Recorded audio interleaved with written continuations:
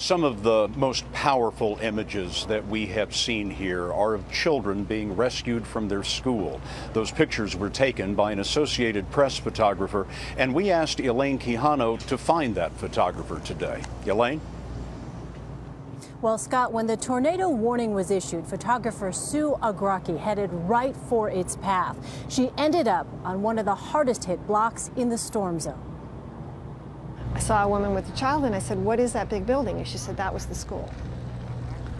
And it was pretty badly damaged. Associated Press photographer Sue Ogrocki has covered a dozen tornadoes.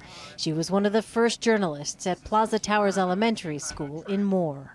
What did you think at that point when she told you that was the school? I looked at her and I said, "The kids are all safe, right? They were in the shelter."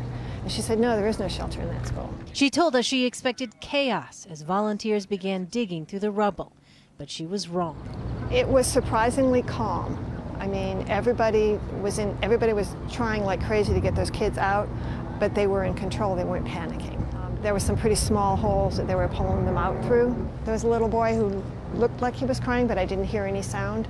They were pretty quiet. I think they were pretty stunned, and they were happy to be out.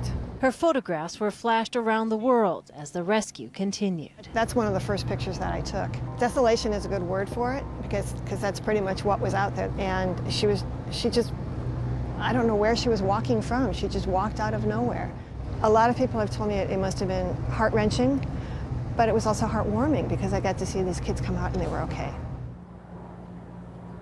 Scott, in all, Sue Ogrocki saw rescuers pull 12 children and 2 adults alive from the rubble.